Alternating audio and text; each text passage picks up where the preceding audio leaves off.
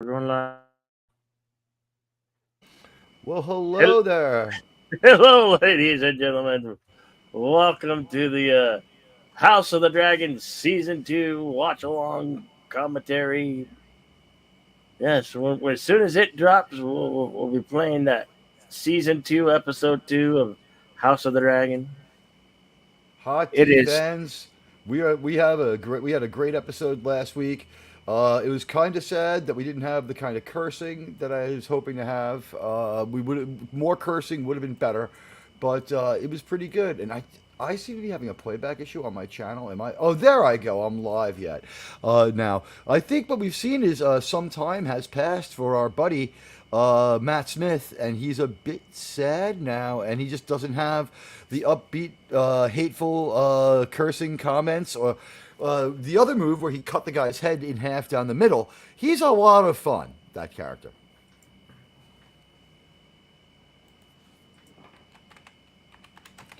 All Last right. week, I think the loss of his cauliflower-headed baby might have started to mess him up, but that baby was oof, boy, Lannion, what's his name? Tyrion Lannister had so many less problems than this baby was gonna. That baby was a lot of trouble. It did not look very good. I'll be right back. I gotta head to the head. The water closet. Uh, as Stall, as James, as stall. as Jedi as Outlaw Bill absolutely is not going to pee or anything like this. I'd just like to point out that we are traveling back to a time about 200 years before before Game of Thrones, and this is built based on a precursor series of books by the well-known author George R. R. Martin. George R. R. Martin is known for Fire and Blood is the name of these books. It's a one-book companion novel, The Song of Ice and Fire. It tells the epic tale of the Targaryen power struggle 200 years before the throne's chaos. It's big, bold, must-see TV. And let me tell you, Matt Smith is an absolutely first-class guy. I would put him in charge of any government endeavor. If I'm making a movie with like world president, I'm making him the world president. If I could make a Star Trek movie, I would make him my captain. This guy, he's got some kind of charisma. He's a really good actor. There are people in this show who are only okay actors. When he walks in the room, he just like elevates everybody's performance, as does the Hand of the King. The Hand of the King, is that Charles Dance Outlaw who plays the Hand of the King? Yeah. No, no, no, no, not No. no, not in this one. Who is the Hand of the King in this one? That guy is a great actor. He really, really brings a lot to those scenes where we're just politicking, and it could be really boring. And there's so many ways to fuck up politics in a show about politics. For instance, you could make the mistake of talking about, damn it, politics. So they're really smart. Their politics are like, I want to keep my goats. And he's like, oh, right. And he's like, sir, you can't let him keep the goats. And he's like, yo, we're going to take your goats anyway. And it's like, the next guy's like, sir, we don't have enough raw materials to keep on making His like all these anti-dragon weapons. the Hand of the King's name, the name of the actor is Otto Hightower. Otto Hightower is an extremely good actor. Otto Hightower commands those scenes. When he tries to reason with the Boy King is just he's not bad hearted, but he's a little stupid. He's a bit stupid, isn't he? Yeah, Only way to put he's it. like, Uh, I but put Prince an Damon, asshole. I put an asshole on this throne. and I think last week they called him out. They're like, "You're the Hand of the King for like the fourth time here. Like, how come you're only like 50 years old and you're on King 4? What the fuck? You're really not a very good Hand of the King." You know, and he's like, I need King 5 to bail me out because King 4 is a disaster. And he's already talking to the guy who we know is not really responsible. He's responsible through recklessness. He basically DWI'd. He dragoned while intoxicated. He got mad with power on his gigantic dragon, and he meant to mess with his cousin, but he ended up. Dragon got a little bit out of hand, and it may have gone a bit too far in a few places when it chomped the kid and the dragon in half. And in an Yeah, awesome sequence, dropped dead ass through the air below the dragon and caught the rest of it in its mouth. And what I thought That was was really great about that that was was we had pretty all, cool. you know what was really cool about it was that we had seen the same old CGI with the murkiness and the darkness, especially when we first saw the first dragon in that season when it comes up behind Matt Smith and blows the fire into the air. And he's Yeah. so rock star, he doesn't even turn around to look at it, he doesn't even flinch. And it was all murky and dark. So when this dragon on dragon violence happened, for a while they're in cloud cover, and I'm like, so this is how it's going to be. But they burst into full daylight, and they have that fight, and we can see every detail of it, and it looks great. So I hats off to them for providing a great fight scene. Last week, a little more along the line of suspense. We had the ultimate sin infanticide, but it was at least off camera. And the way they moved it off camera was in line with the very, very good cinematography and shot selection that we've seen so far in the 2 episodes I've watched of this show. I enjoy it.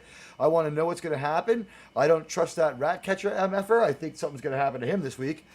He knows too much. You know what seems to happen to witnesses. And, what can I tell you? I think Queen Alicent has to make her move this week. Big war has to happen now. We've been tiptoeing around the fact that we might go to war, and I think Dreadlock Biden is going to be the power broker in this one. His name is Lord Corliss the Sea Snake Varelian. Yeah. So But yeah, I think Dreadlock Biden is going to make his move this week too. I think the he's going to the be handed the episode keys. just dropped on Oh, Max. cool. So we are able to screen it. Shall we do that now? Ladies and gentlemen, please, if you could watch on 2 devices, it would be great. If not, you're cool too. Please tweet out that we're live. Let people know that we're here with Hot D. We're swimming upstream in a very crowded field, but if you could help us out, we would appreciate it. We like having a voice in the Hot D conversation because at least we get to talk about a good show. You ready to watch some good stuff, buddy? Yeah. Let's do this. Let Everybody pile on into that theater. Please don't spit in the floor or leave any gum. Last week, some of you chose to smoke marijuana. I thought it was very, very impolite, but you know what? We'll get through it. Ooh, can you skip this garbage? Oh, there you go. Yeah, do you want... Should we turn on? The only reason I say leave them off is because the titles, you have them defaulted so small, or their default is so small, I can't read them anyway. I think it's this service where the titles are really tiny. It's like you can't hear. We'll make you feel bad about your eyesight too. It's your option though.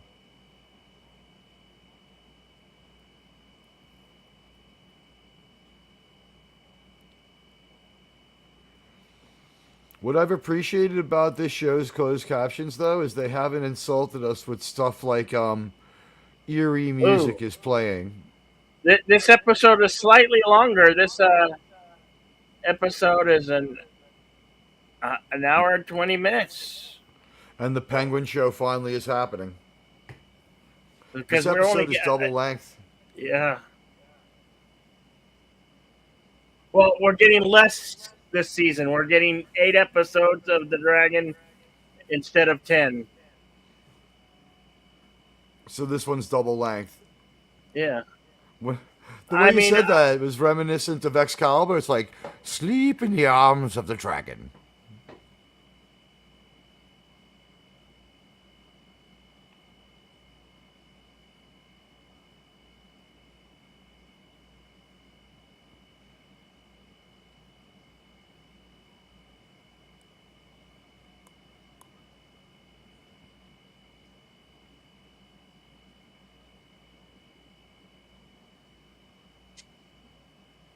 Here's the scene I was talking about. He's not very good at guns or butter, and he's having problems with both because he's terrible at both.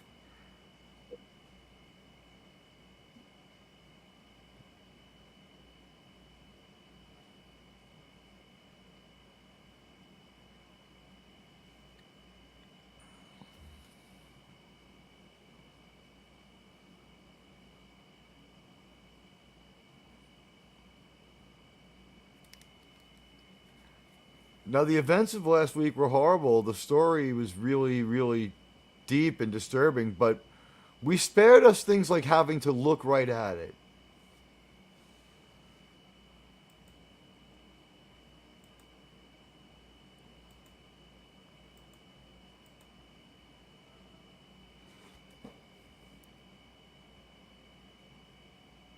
I had confirmed this by Googling. This is a completely different beginning than last year, and I think it's a better Yeah, beginning.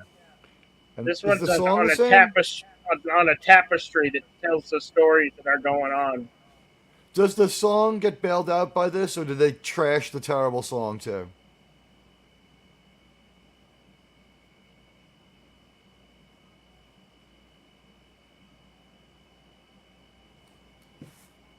Because a few people were anti-song on this one.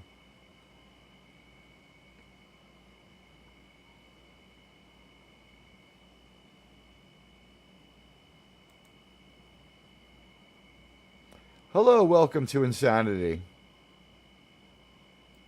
Yes, Pratik Study. We have started the streaming. You can check out the link. It's pinned to the top.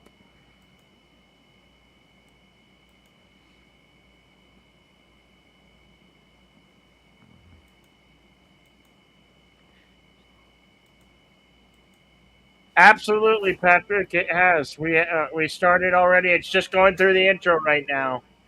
You've missed nothing but the catch-up. And if you're used to Disney shows and Star Wars shows and stuff like that, the catch-ups are usually unrelated to the show. They're just a bloat runtime. This catch-up had some meaning to it and was well thought out. It was like 1 minute of decent information. Awesome. We have seven of you with us. So Glad you nice of could you join us guys. tonight. We're really flattered that you made us your hot D entertainers. Last week, Bill was right. The so-called mother of the two children underreacted to what happened. So you're thinking they may have swapped that kid out. Yeah. Well, he looks a little older and is like his hair changed or something. Not now. She could have been having an atypical reaction to show how messed up she was from it, or it could be like you said. The doors are open to an interesting story this week. But it looks So like the king is reacting to this. This seems to be they're the looking. aftermath. They're looking for the rat catchers right now. They know who did this. They went in there and They're just bare ass scouring the showed their entire. faces. They're starting a whole of King's Landing. All right, he's trashing his diorama just like I always want people to in every movie. Whenever you have a diorama, you've got to destroy it. Well, that his grandfather really liked all that stuff. Here's the So thing. that was his He'll. that was his grandfather's diorama. The It's like king you he trashed your preceded. grandfather's D&D table. Right, King Aegon the First. Every faction in this world, guys, has their own D&D table, and like the center of the table is their part of the world, and they just kind of walk over to it, and it works out very well because they're like, we'll roll the 20-sided dice and go here to this part of the kingdom, and these people won't mess with us, and they're like, okay. So we're always fairly well oriented to what's going on, and people had asked if this was Westeros. It is. Yeah, they're in King's Landing right now.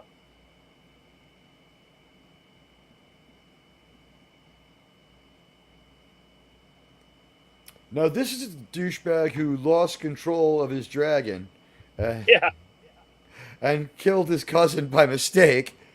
Like, sorry, not sorry kind of murder. I hate that expression, but it's the only way to explain it. The show did a good job. He didn't say, "Oh no, I've lost control of my dragon." no, We saw him struggle with the reins. the look upon his Yep. face was like, "Oh shit, I just started a war." Especially when he realizes he can't pull his dragon out of the attack. That the dragon's a lot angrier than he thought it could get. Well, Because any you're dragon would five be G's pissed to your if dragon. you get some scorch marks on your chin.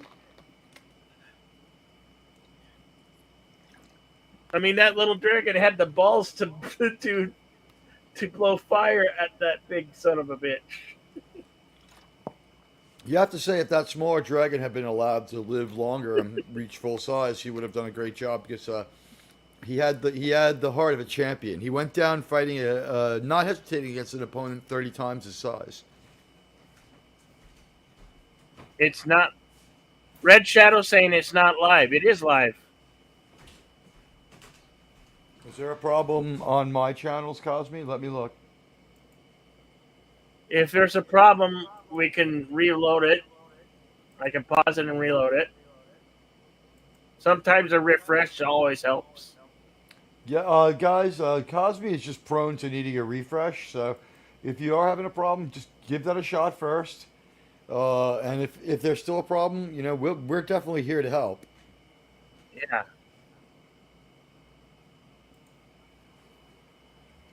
And if it goes down, Bill and I act it out. Should I? Should I?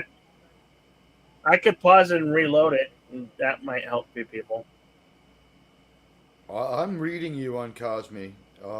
If we could get some feedback from the chat, it would help. Did any of your did any of your moves work out, guys?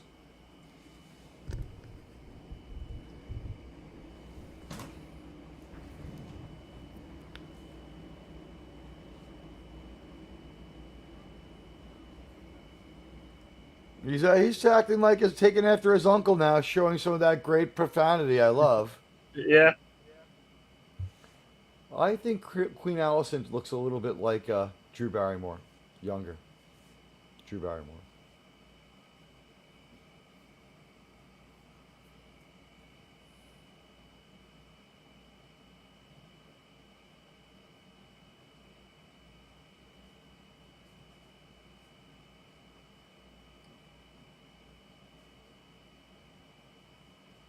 Woo.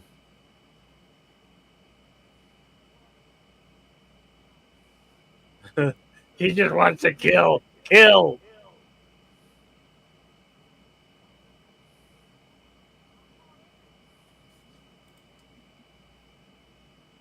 This king just he's not the smartest tool in the shed.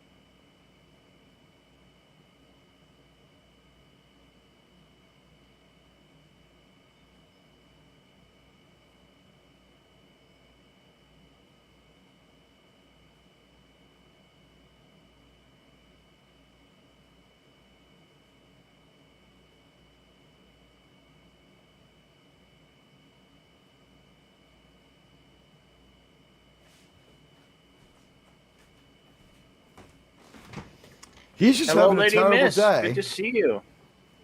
Hi, Lady Mist.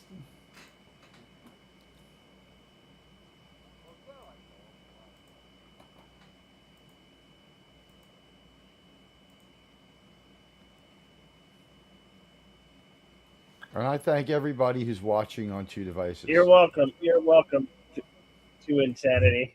Oh,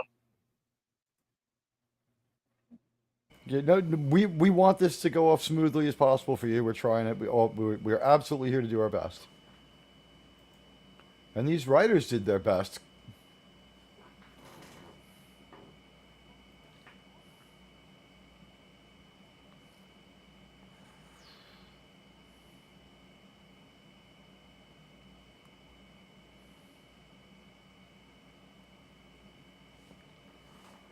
Is this going to be seen as yet another weak move that he doesn't want to?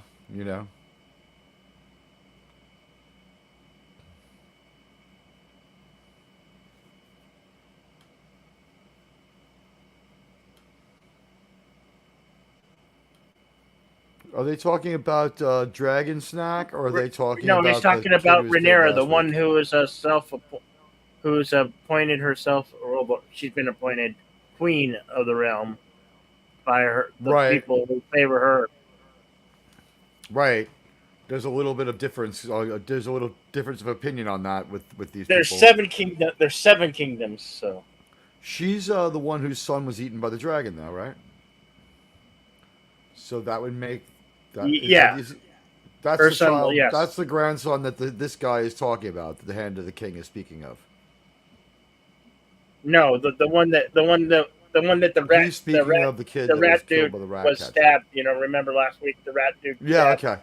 Yeah. We've taken out a couple of kids in the last couple of episodes. It's kind of dark stuff. Yeah.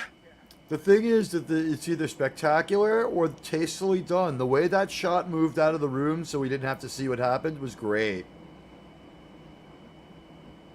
Awesome, you guys. We got 12 of you with us watching in the Cosby Room. We are Thank really, you for really being here. glad. Thank you so much. And like I said, anybody could tweet out that we're live, let other people know we're here, help us increase our footprint. We would be really grateful. And if you watch on 2 devices, that's awesome too.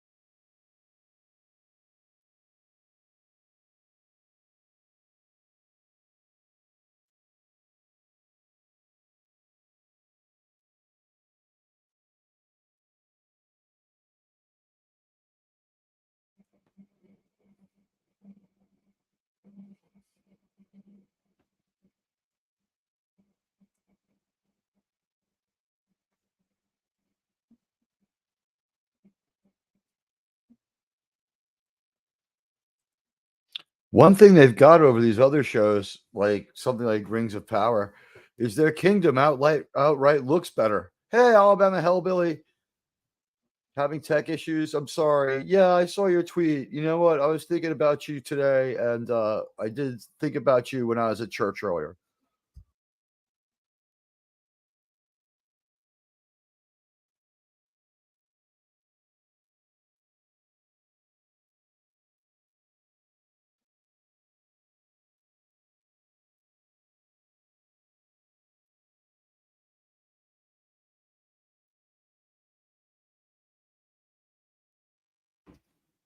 Oh, they had to sew his head back on. That's gross.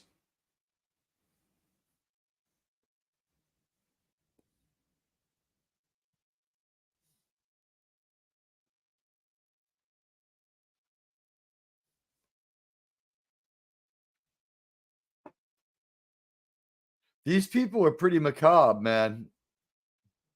The thing is, does this let enough pressure out of this very, very unstable continent for these people not to go to war? It's like we got 1 and 1, right? Yeah.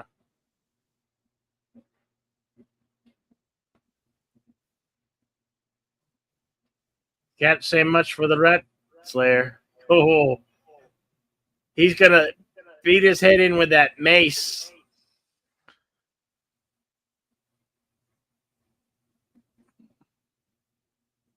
If you want to kill a guy, kill him slowly.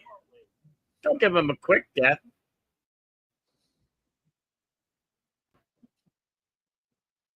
It was nice we didn't dwell on the brutality. That was much more impactful than showing that any was more. probably just the first scene. There might be more. I believe we might cut back, yeah. If they do, it comes down to how well they weave it together. But it looks like, I will say this, this scene works. We didn't know these kids well enough to feel too bad for them, but like this is an effective scene.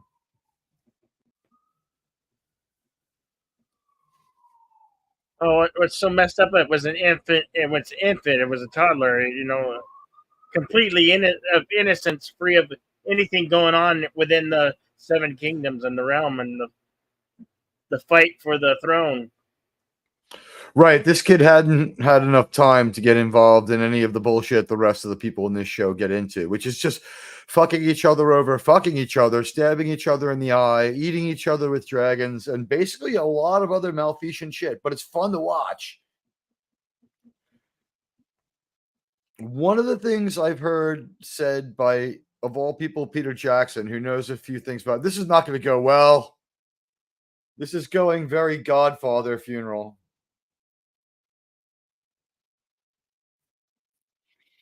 Oh, and I guess they're finding out that they're only just so popular, or people just screaming for war. Rhaenyra the Monstrous, huh? Oh yeah, they had blood in their teeth and war in their eyes. War is just in the air. It's imminent. It's imminent. It's deeply intimate. The thing is, do we blow our cookies by starting a very hard to illustrate war that costs a lot of money right away? Are we going to take a few moments? You know, I don't believe we're going to get to open hostilities till the middle of the season or the end. People like Dreadlock Biden are going to try to call this off.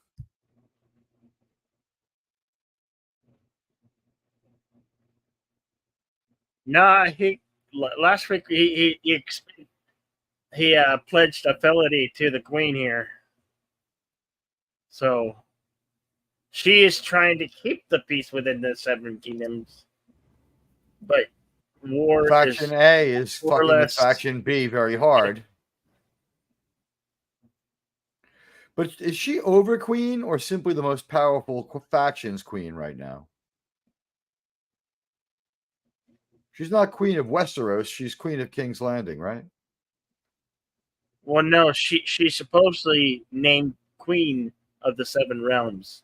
The point of where the king is falsely, because he wasn't supposed to be named king until he came of a certain age.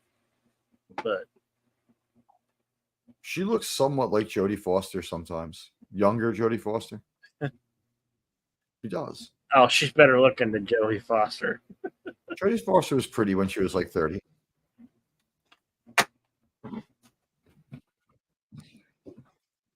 She had that untouched by dudes kind of appeal.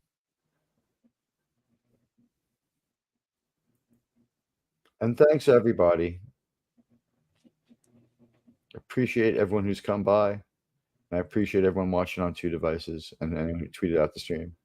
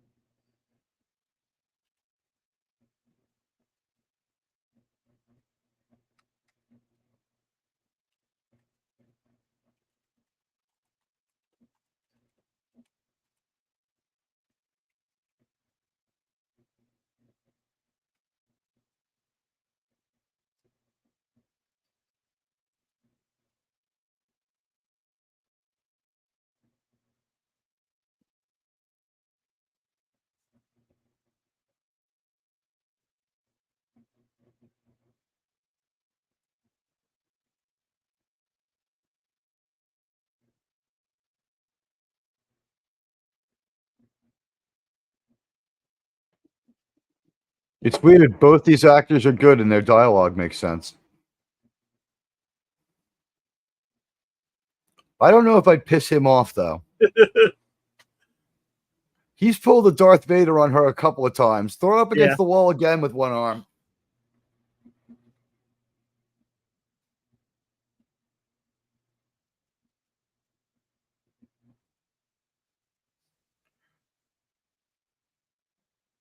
Hi, Josh.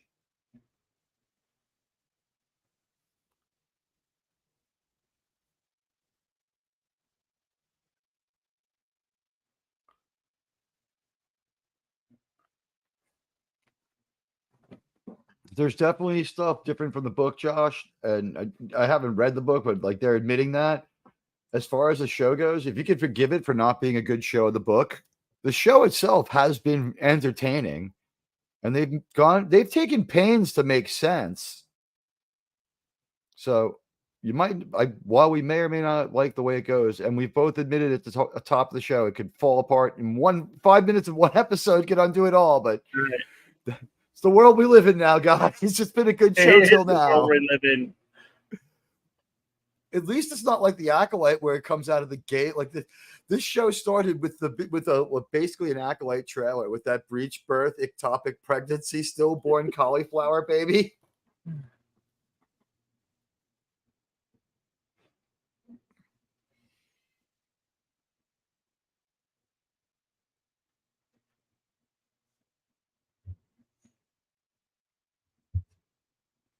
He's like, listen, sister-in-law / cousin / wife, I'm not taking your shit. No. She is his uncle, who she married. He is her uncle. Right. But wasn't she his sister-in-law for a little while too?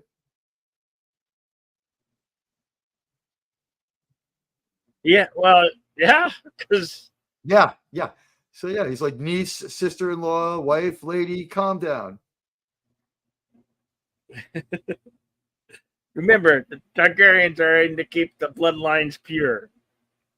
Yeah, they're the bad guys, right? Because most of no. what they do is fairly evil and unreasonable. Everybody's in the gray area, huh? They're not, yeah, basically. Pretty Everyone's much. looking to rule these seven kingdoms, even though Everyone they thinks suck. that they're right, yes. These are 7 horrible kingdoms full of really terrible people, but they're interesting, terrible people. I got to give it that. Hello, Anonymous Panther. And remember, Anonymous Squirrel loves the Winterfell, new where intro. the Starks are, has the most land. Right, including that unsettleable part filled with White Walkers. The wall. Anonymous Squirrel in the theater is saying he loves the new intro. People were outright contemptuous of the old one, including me.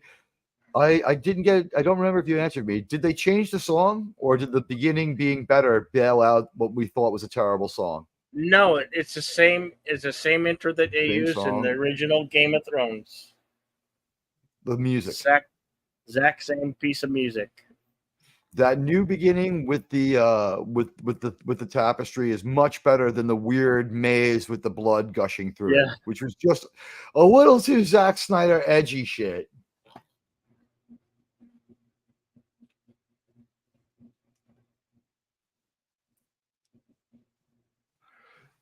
Josh is saying they merged 2 other Allisons into Alicent Hightower and de-aged her to be the same age as Rhaenyra. I think we also, would you say that they've combined the traits of all those characters too? Is she serving as a mashup of all of them? Yes, I did. Thank you, Josh Street. We really appreciate you guys being here with the information. That's what the all fun right, part of we got a dragon. It's dragon time, guys.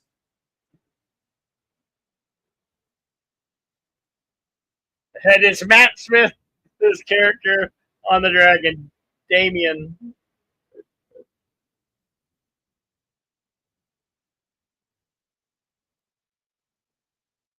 And guys, if anybody could hit that like and follow button, it'd be helping me out as well.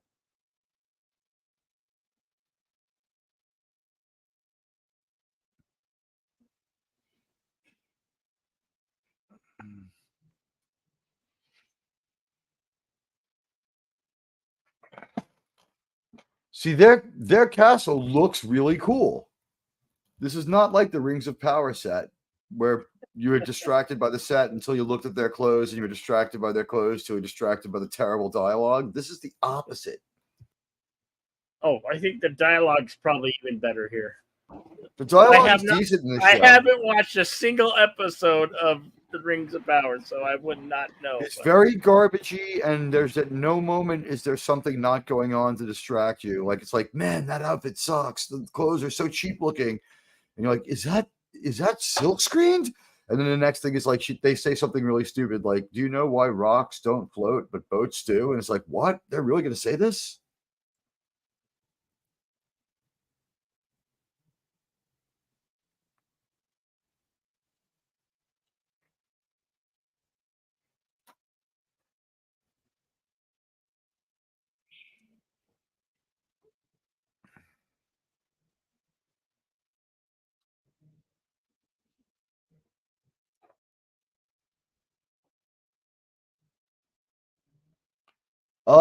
Josh is saying he feels that yeah, this is said to be 200 years before the main show, is what I just googled Yes, earlier. yes. Josh and Lady No, Mist, yes, you're correct. thank you for the storm of beautiful emojis. We love you. And Josh says he wishes they made Aegon the second like he was in the books, a power hungry dick. Um, he could still grow into that because like this is I like a think dip. Like he's on the he's verge of getting there. If he unless someone doesn't get kills him for being such an killed. asshole. Yeah. He is such an asshole. I would not fuck with Matt Smith if I was that guy. Matt Smith might just kill him for pissing away. Like, I would just stay away from him. Are any of these people related? I guess not, except for the Targaryens, who are all related to each other and no one else. Yeah. The Targaryen family tree is a straight line. Well, basically, these are war of two families, but in grasp of it is the leadership and the royalty of the Seven Realms. Yeah. And whoever's in charge gets Who that cool sits the iron throne. throne, right? Yes. Yeah. Do you go to a certain place and sit on that throne there, or does that throne go to your castle for a while, like a Rolling Stones tour? It comes No, to town. King's Landing is the capital of all seven Oh, kingdoms. so what's the It's deal? If you take that city, it's a major capital. It's a major city. do you have to like displace the Lord and Baron of King's Landing to be king of all It's of Westeros? King's Landing is the largest city and Right. kingdom within all seven kingdoms. It's the New York of these seven kingdoms. It's the most populated, the largest. So if I was in this world, I would probably live in King's Landing and I'd be a dick to everyone about it. Ooh, she's naked. And there's supposedly King's Landing is supposed to have the military might of the United States, basically. I'd like to see her a little more naked. I mean, I know she's not wearing any clothes, but if we could see her, it would help. I'd really enjoy seeing her. Or she could start to have a dream about when she scissored with her other pal there. That's on the other show, not this show. On the other show, they all scissor all the time, but they don't show it or talk about it. They talk about the power of many. I would parody that song and take the music strike if I could stand the song. It's so stupid. Like there's so many things going on in this show that you would never get in the shows we watch from Disney and Star Wars and Star Trek. For instance, there's background noise, ambient sound. Their atmosphere sounds like it should. We hear soldiers moving around and back. It's well done. There's attention to detail.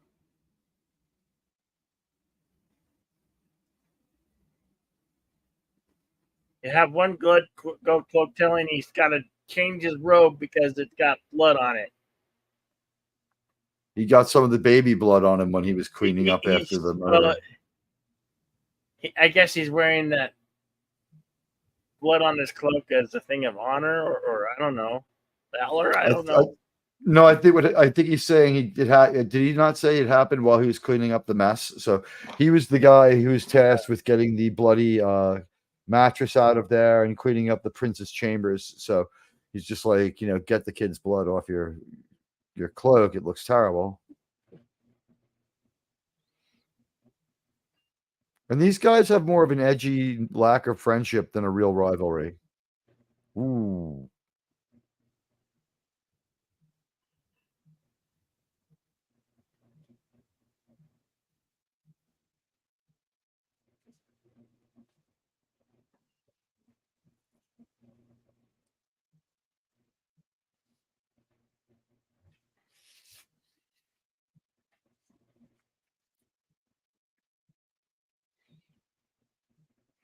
Well, this got heated up really fast. Everyone's just walking away.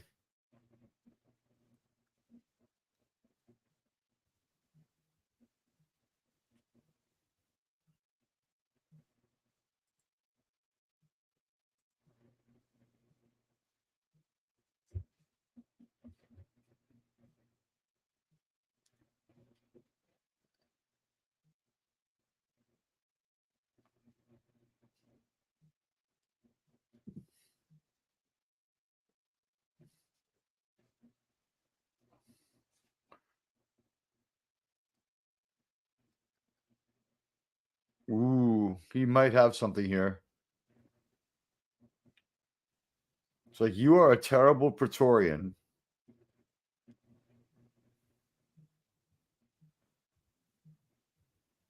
Something tells me they're going to give this guy a really difficult, if not fatal, quest. Well, the gold cloaks are charged with protecting the royalty. Yeah, that's why I refer to him as a Praetorian, like in the people who protected the Roman Emperor. And when a death falls upon them, they kind of fucked up because that shouldn't happen. Secret Service. They're the Secret Service. Like, you should have put the prince into the beast. Right.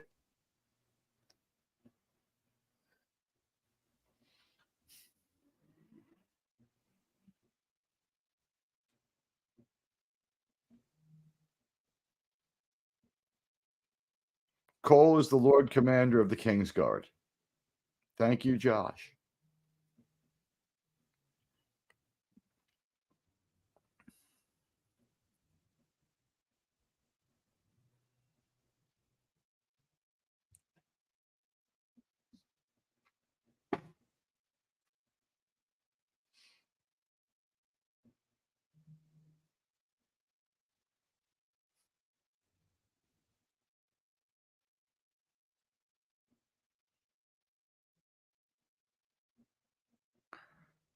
He's just having a bad day, huh? Called out left and right.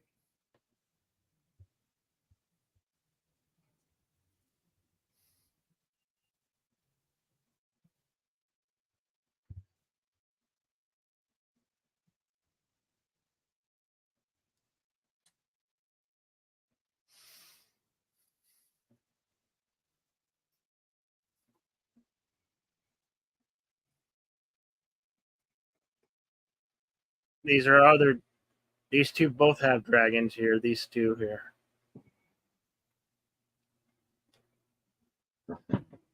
So we got this white-haired black chick. Is she a Stark, or is she down with the? She's who you call the Biden guy. Dreadlock Biden. Yeah. She's Dreadlock Biden's girlfriend. She's the grandchild, but yet remember they were arranged to marry each other. They're like third cousins, but yet they're arranged to be married to keep bloodlines pure. Their DNA seems far enough apart just looking at the two of them, but yet call me crazy. She is Rhaenyra's cousin, says Josh. Josh with the lore. I was trying to find family trees for all these people, and I only have two screens on my computer. It was absolutely rather difficult to follow. But we love you guys filling us in and having this conversation. Absolutely. You guys are the most valuable chat. Really appreciate you guys. You're a lovely audience. Oh, a little bit of boobs. I like that. There we go. It's about time. A little good old-fashioned female nudity. I think we're at a pleasure palace. This is the faction I join. Is it either pleasure palace or an orgy going on? No, it's a pleasure palace. Basically, it's a brothel. This is the King's Landing flea bottom brothel. I think that's where we're at right now. And this is Cousin Killer right here. His dragon basically just ate his cousin whole.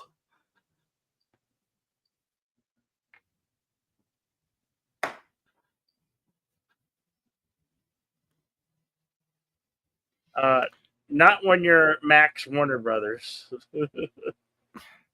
Edgar Winter here is naked, but at least we don't have to see his thing. Eamon is a wannabe Damon, says Anonymous Rhino.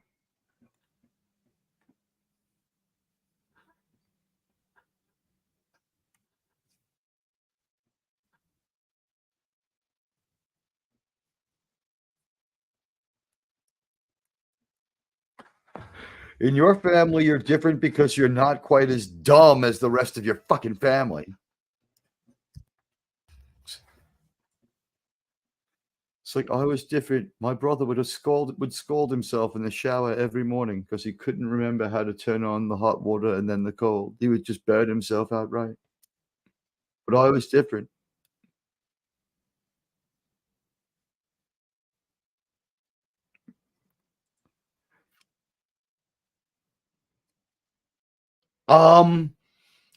The way the show showed it, he was kind of horrified that he ended up killing his cousin, and he was like, "Oh, well." Yeah. The look on his face was his dragon had bit off more than he wanted to be responsible for.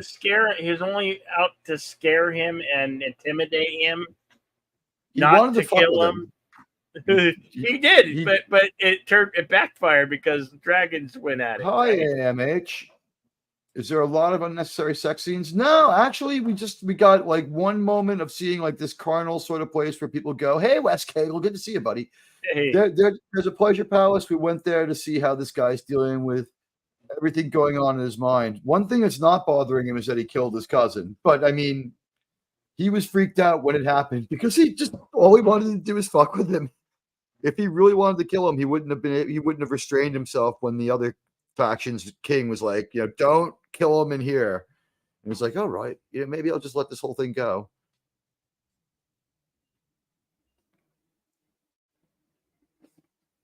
It was some of the best CGI we've seen too.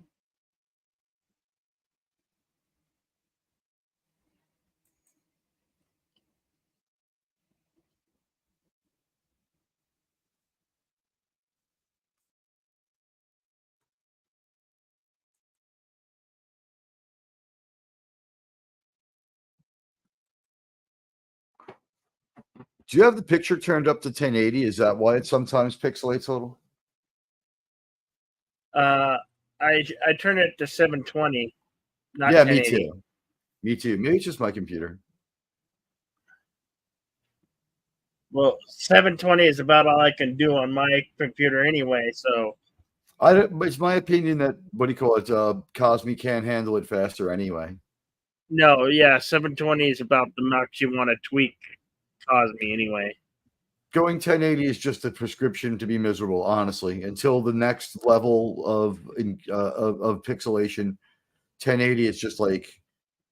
And for shows like ours, you don't need it. And for this, it would be freezing so much if we went all the way. 720 is plenty sharp,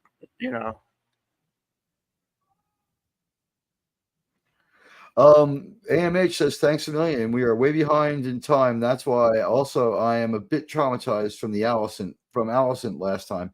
Are we talking about when they swept in there and killed their kids?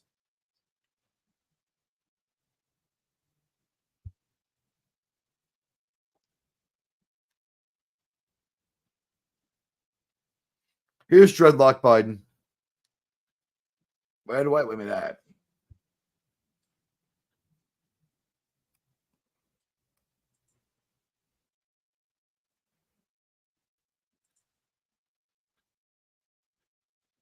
Corliss, his name's Corliss. Corliss. It's Lord Corliss. Yeah. But we call him Dreadlock Biden.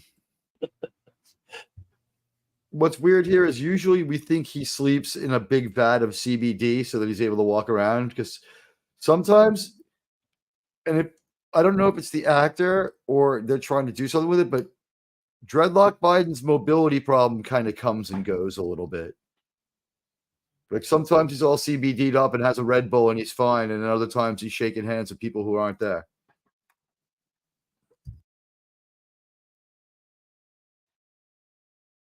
Faceless Man, I can't wait to see that. We have one in the Acolyte.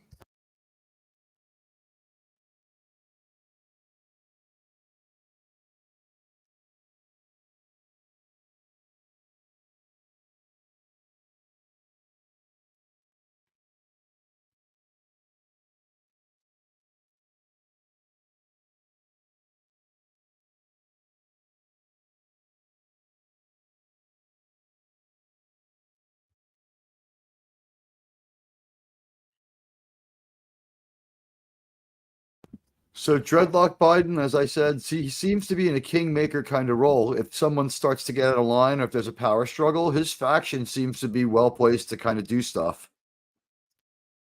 Oh, he owns the largest fleet in the Seven Realms. No. Right, he's not a man to be fucked with. He could even mess up King's Landing by putting a blockade He's on it. got the biggest navy, essentially.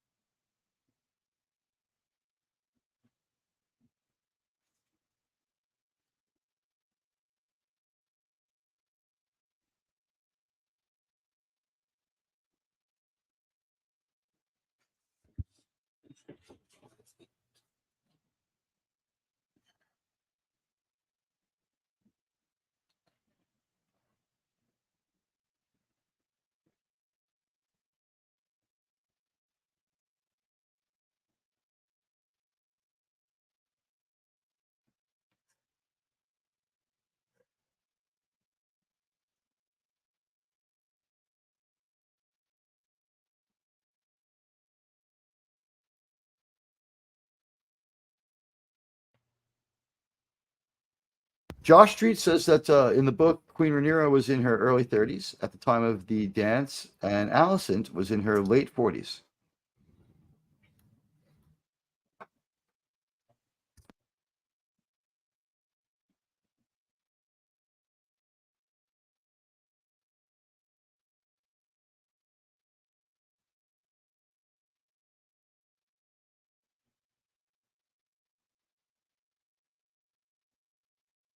Alabama Hellbilly, they can't take the female nudity away from us because I think they make this show in England.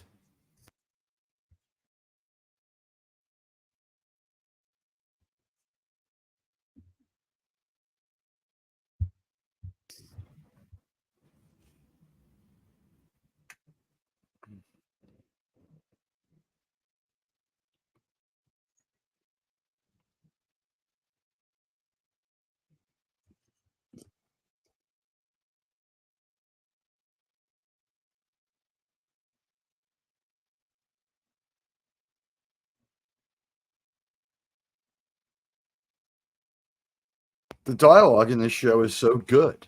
It simply makes sense.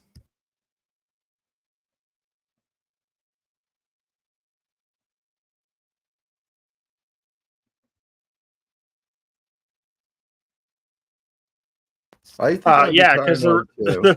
the writers of this show know how to write a story. So And far. Allegedly, we have to put that in there because we've seen this franchise blow up. But yeah, it seems this is much more competent. they're not following a bunch of check boxes, okay?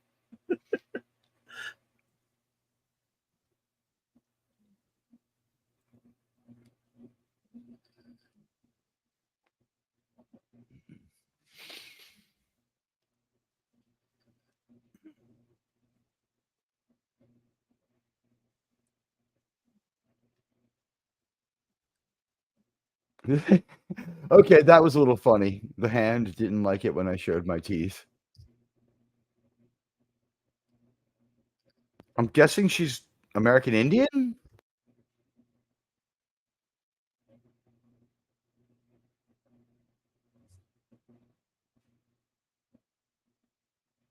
We watched the last episode of season one. That is not my impression of what happened. Perhaps Outlaw Bill can give you more.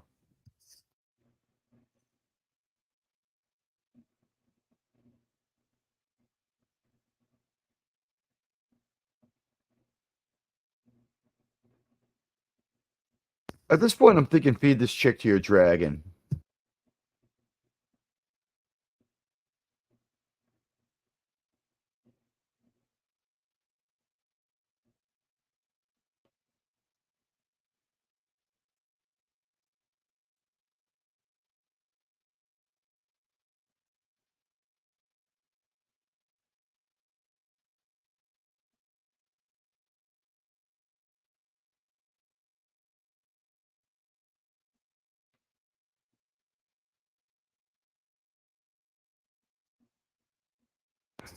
I appreciate everybody who's watching on two devices and everybody who's tweeted out the stream. So does Outlaw Bill. Absolutely. We had the lead actresses are English, yes. Okay, yeah, but yeah, I realize this is a Hollywood thing. Although I don't know where they go on location to. They Sometimes have it's fairly obvious that they it's a film totally in fake different location. countries. Yeah, there seems to be some variance in the landscape. They don't just keep going to Tatooine like a certain other franchise does.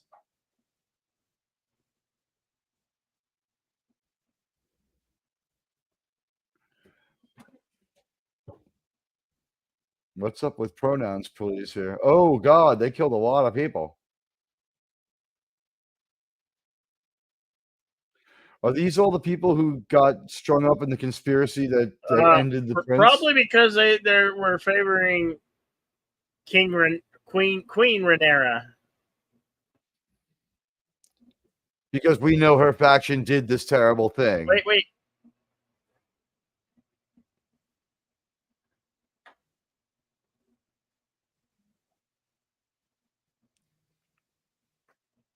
Damn it! He missed it. That's the rat catcher. Yeah. No. Ratcatcher at his gold bush bash in, remember? Right, but that guy was familiar looking. That guy was part of that conspiracy. You were. I didn't hear what happened. They were telling how what they were hanging for. There was too much noise. You have my permission. You have my permission to re-rack it. Yeah, it was all the rat catchers in town. Oh. See? Okay.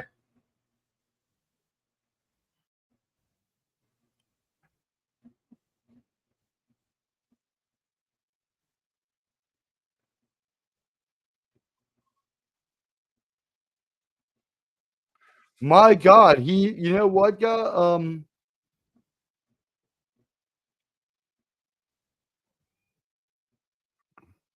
most of this was filmed in Spain, Josh. Thank you. They are the members of the Blacks. I think he just said here that he had every rat catcher in town hanged because he found out there was a rat catcher involved. I would not want to live in this town in 6 weeks, and I would not be going into the job of rat catcher, although it's now a growth industry in this town.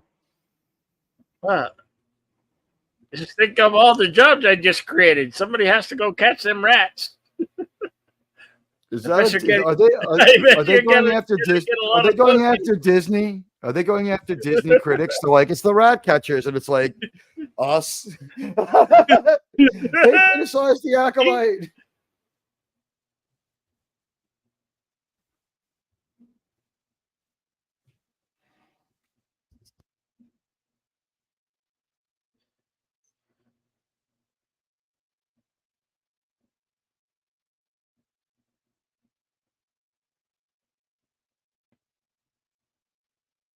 Did that happen because of the people ramrodding the guards for fucking up? Did they go out and overcompensate by just killing a ton of people? They're like, hey, we got a great idea, King.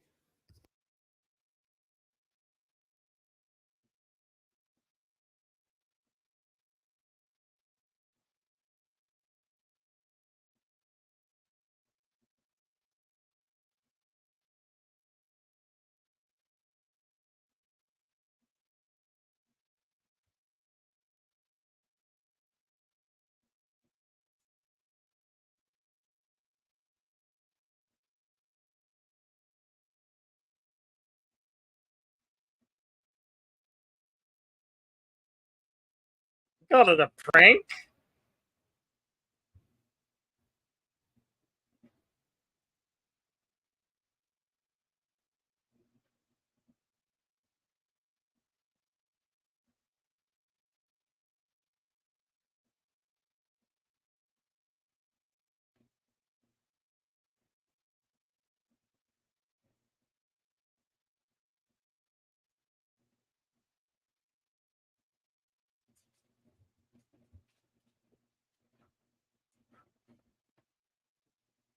Every time Aegon the Second gets around to kinging, he is a total dick who has no idea what to do. He's always wrong, and the Hand of the King has to keep telling him to reverse himself because he's making one terrible decision after another. And this might just be too many decisions piling up. People think he's weak, people think he's stupid, and people don't like him. And his nickname is like Aegon the douchebag. Like that's what his people call him. Right? Didn't he find out his nickname was something really embarrassing last week? Yeah.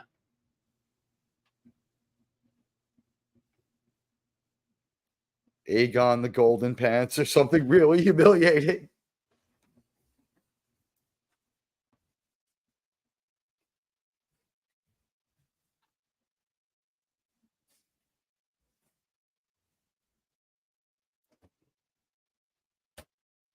Ooh, he's taking the. He's taking the. He's no longer Hand of the King. He took his sigil. Oh, fuck. He's taking it away. I think this king just signed his own fucking death warrant. You are no longer Hand of the King.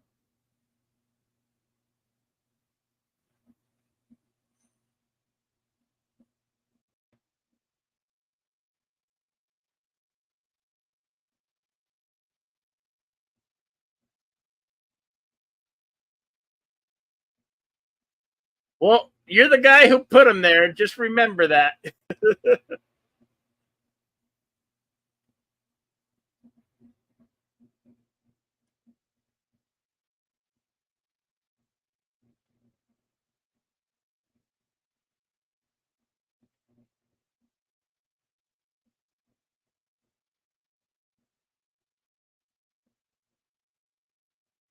I just want to point out here he's firing the Hand of the King for restraining his very worst impulses. This And guy's he's gonna instincts give are it. He's giving terrible. it to the head of the King's Guard.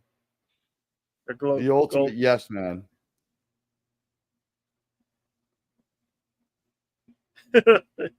You will regret this. Oh, I'm sure he'll regret it.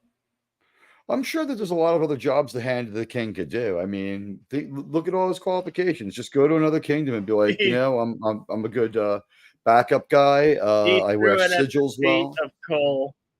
Yeah, he quit like Dirty Harry. He's like, go fuck yourself. That's great. Oh, that just shows how weak the king is. He turns his back on him and walks away, and the king like, you are dismissed, and he stops almost in dismay. Like he looked like he wanted to go back and like just punch him in the face. Well, he just went from being the second most powerful man in all the kingdoms to a nobody to just a grandfather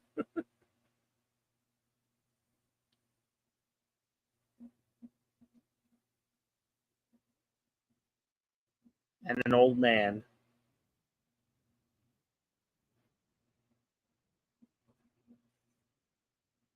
See, the way I see it though is he's off the griddle for this guy's downfall because that guy's not going to be able to fix his reign. He has to like totally change everything about what he does right now, and he's not Yeah. going to because the one guy who is telling him don't let off on the taxes, don't make too many weapons, try to strike a balance. They'll make sure the people have food, but take what you need to build the dragon army. And he's like, no, just like this wishy-washy dick, however he feels on any given day. And it's starting to show that he wasn't meant to be king.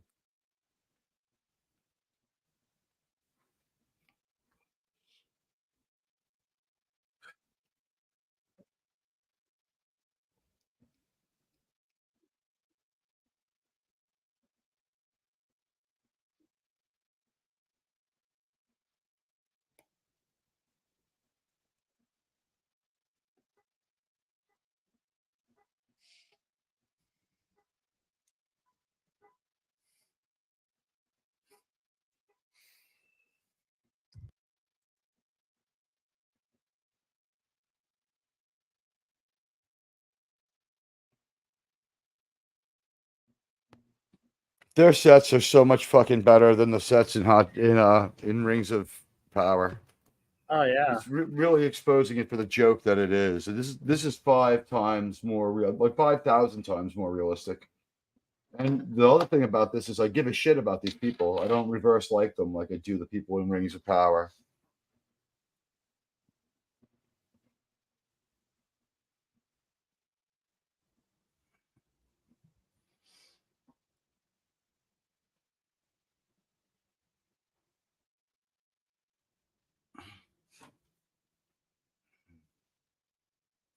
Based on all these proposals of marriage I keep getting on X, the economy of Hong Kong must be in the toilet.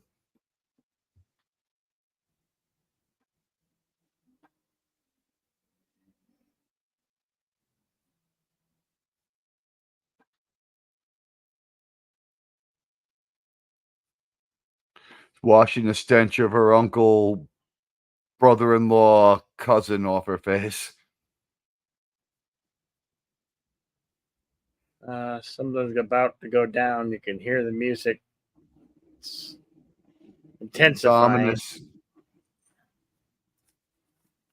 You know what's great about this show is we haven't had any Dutch angles or fucked up shit like that. And it's He's very that- well shot. This guy's here to murder somebody. Clearly. Who will it be? All I know is everyone's costume is awesome. The set is awesome. The music is very appropriate, enhancing the story. Like, we don't see people using these things in tandem on a lot of the other shows we watch. This is good television. They're fixing up and recharging the gaming table. I love it. That is so cool. That is a badass table, though. I want one. Can I order that on eBay or Amazon? When we do Arizona Comic-Con together, we'll have a game. We'll have a Westeros table, right? And we'll sit in 2 iron thrones.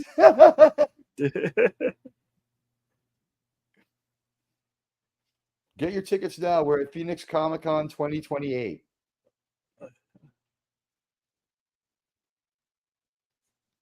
No, they call it fanfare or something. They can't call it Comic-Con because of San Diego. In New York, we call it the Comic Convicts, and we only let people who've done time after writing comics come to it. It's pretty cool. A lot cheaper than a Comic Con.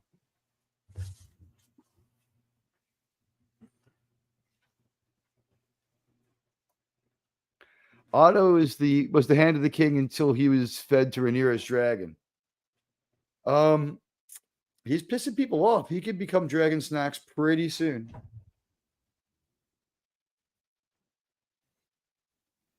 Ooh,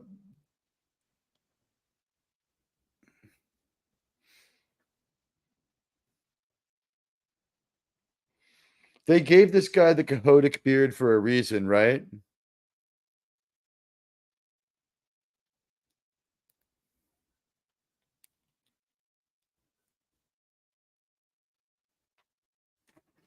Oh, he came to kill the queen.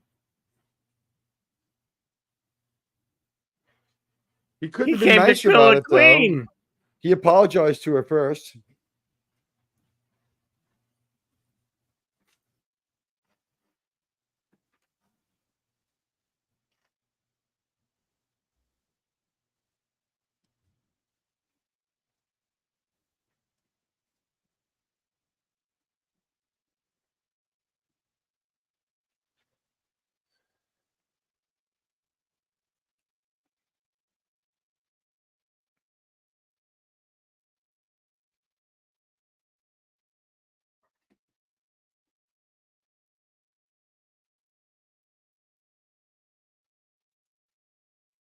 Life in Westeros is rough.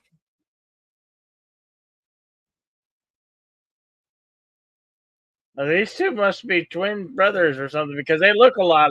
They look alike. Hey, twins on this show. They're both members of the same guard unit. We know that for sure. This woman's survived the attempt on her like she's witnessed 2 murders in the last 2 episodes. Things just happen around her. I would not hang out with her.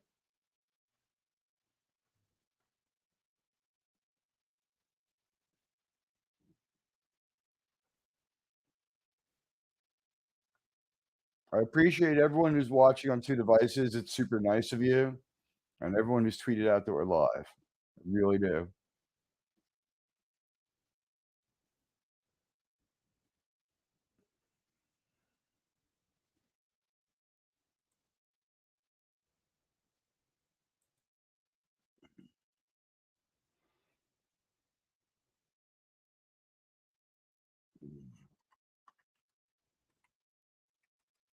Yeah, see, these two are brothers here.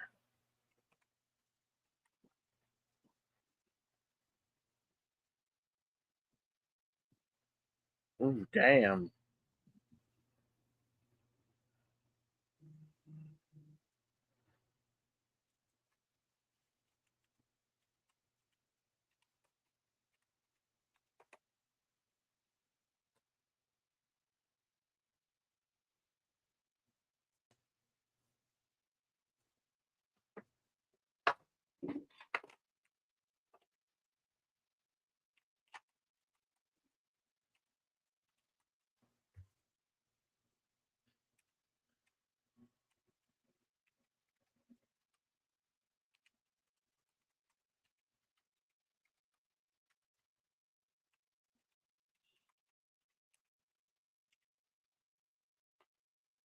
Ooh, Seppuku, right?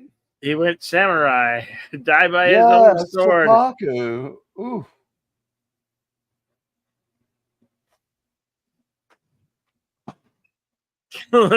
Killing his own brother wasn't a part of the plan.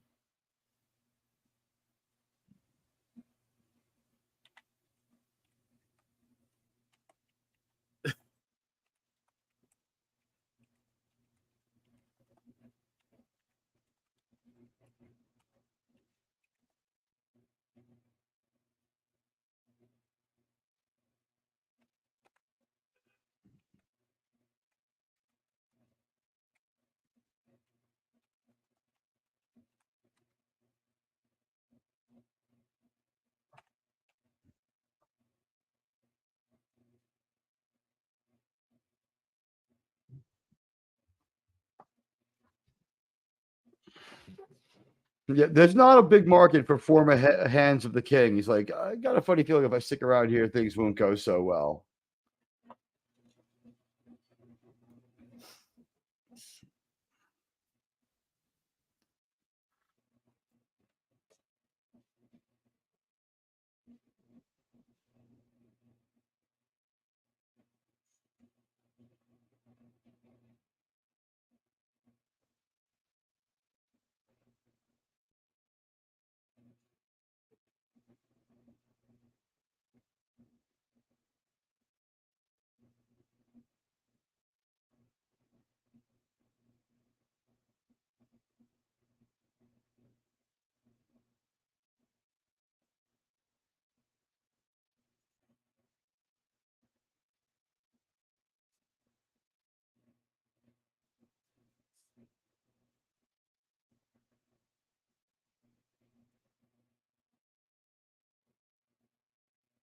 Call me crazy, but I think we all knew that the hand of the king was not just going to go quietly and accept retirement. He was going to pull some shit, right? Yeah. He's like, I might not be hand of the king right now, but you know what? This king, anything can happen to him. And I got some plans for your cousin who's not as dumb.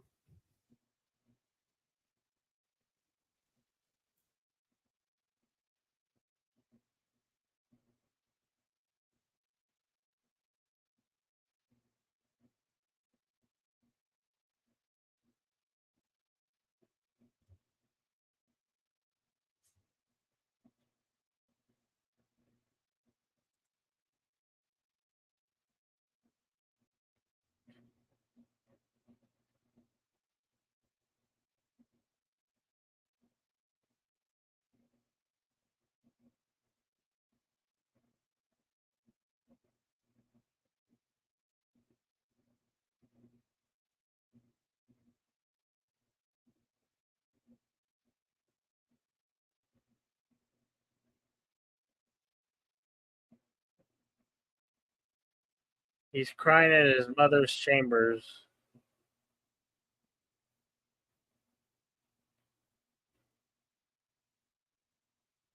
To be fair, if we're going with this timeline, he's like 23 years old. I mean, he's a young guy.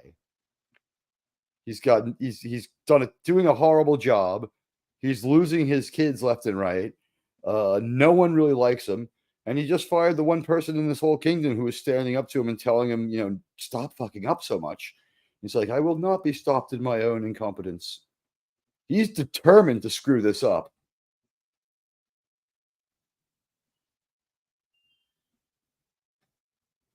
Ooh, she likes that stuff, huh?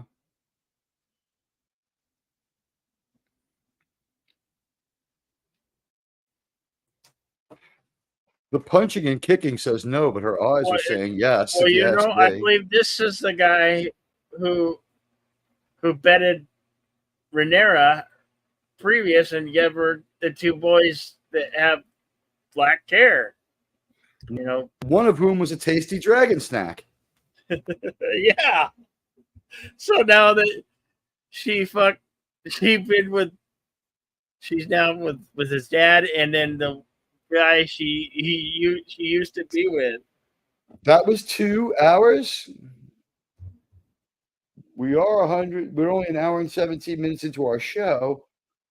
Is there a second episode coming after this? No. Wow, No. That really was. I guess the credits are about 10 minutes long. So, what a shock! I thought that that was an hour. Two An hour and 10 minutes about of story. Yeah, you know what? They didn't waste any time. It was so unlike a Disney show where, oh my God, last week on The Acolyte, we introduced a creature just to bloat the runtime.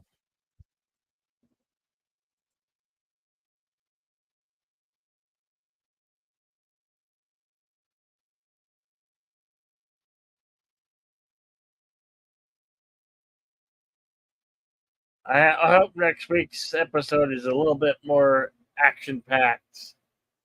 Not that there wasn't I know that's what I would like to see a little bit more here. We got a fight. We got a pretty good brawl. We got a duel or whatever you want to call it. Yeah. We didn't get mass combat, but you know what? Last time we saw that on Game of Thrones, how'd that work out? Maybe keeping the stakes smaller is what. Here we go with the coming attractions. Okay, we're finally gonna say the words we're at war.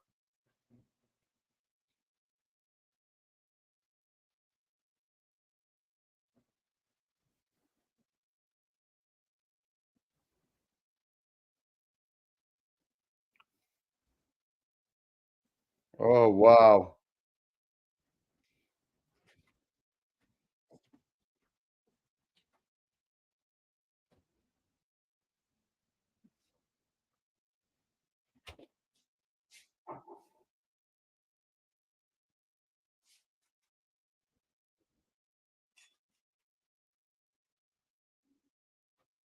Ooh. Now, to be fair, we don't know that all this is happening next week. This is the rest of our season, but we usually have ended every show with a featurette about how good the show is, and last week's was worth watching. This is a handheld game, but maybe we'll get another featurette about the stage crafting and the way they made this episode. If not, we don't, but who knows? Yeah, here we go. Inside the episode. You know what? They have enough to say about it. They're not spinning their wheels and talking shit like the Rings of Power writers. They're like, yeah, I know. It's how we decided to extend our story. And, this. Producer, writer, there you go. A lady writer that has talent.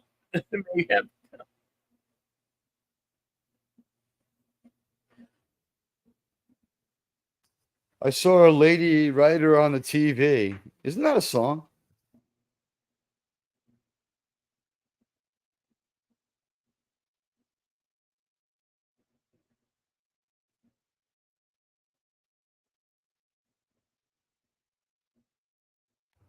Well, that guy's a good actor because when we see him out of character, he's completely a lot easier, a lot more serious and competent than the character he plays.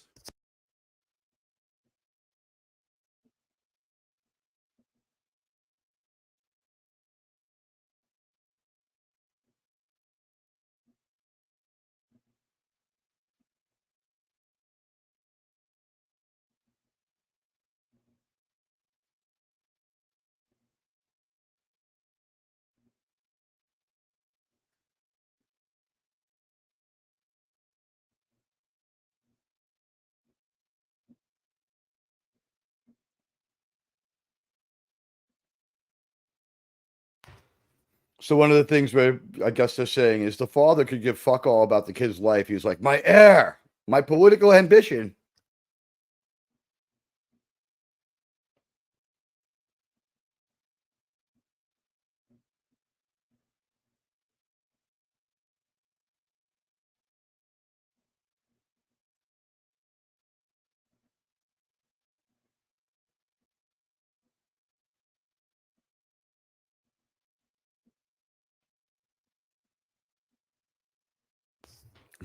That was an interesting perspective.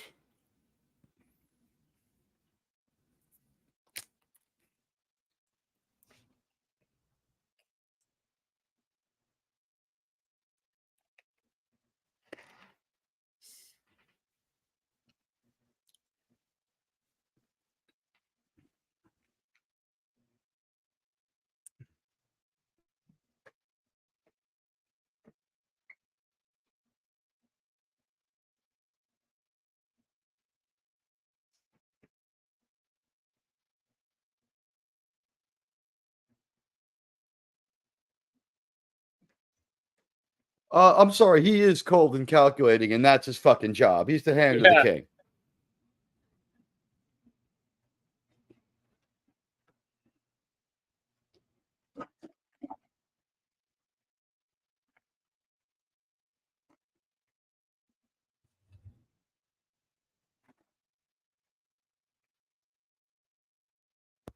That statement by that writer does not fit with them having like a an operative feel for that particular character. I hope she doesn't write for him.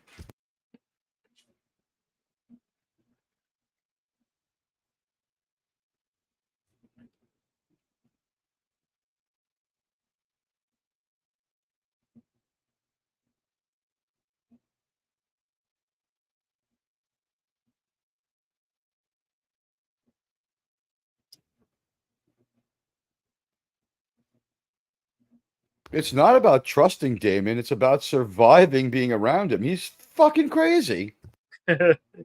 He's awesome in this. Dude, he's awesome. He cut a person's head in half down the middle. He's a fucking badass who curses and tells people to go get fucked. He throws fucking rock star fits. He fucking Darth Vader's his wife, sister-in-law, cousin when she gets out of line.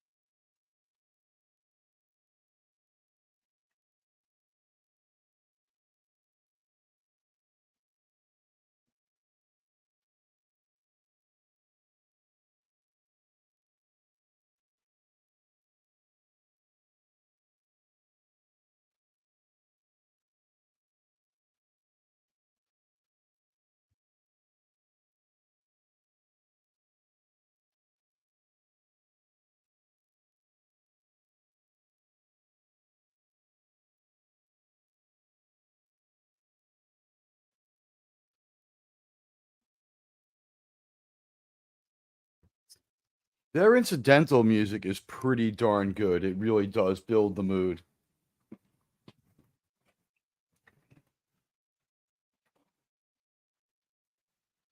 Oh, Raymond Jawanji is an awesome composer.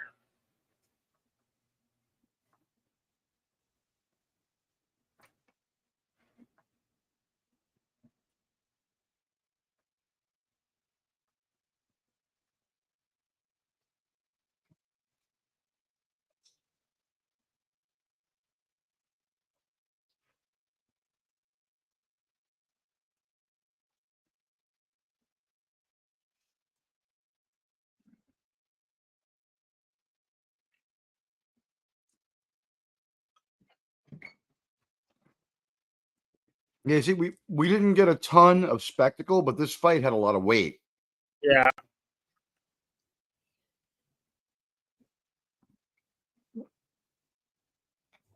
I'm sorry, but diversity hire writer has not added much to this conversation.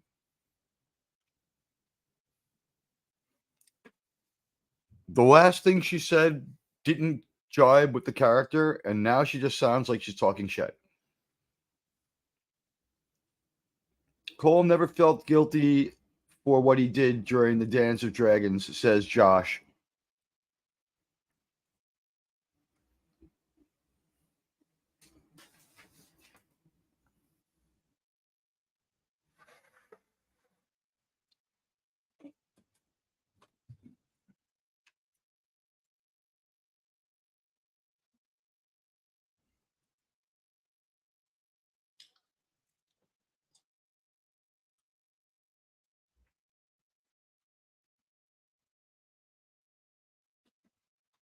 Yeah, that wasn't the rat catcher who got bashed in the head, Bill. That was That was like the one of the rat knight, or catchers.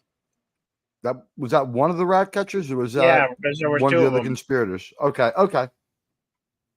So they didn't like make a big distinction between guilty and innocent. It's like everybody who catches rats, you're done. Yeah, pretty much. So now they've probably got Disney stores opening up all over their fucking kingdom.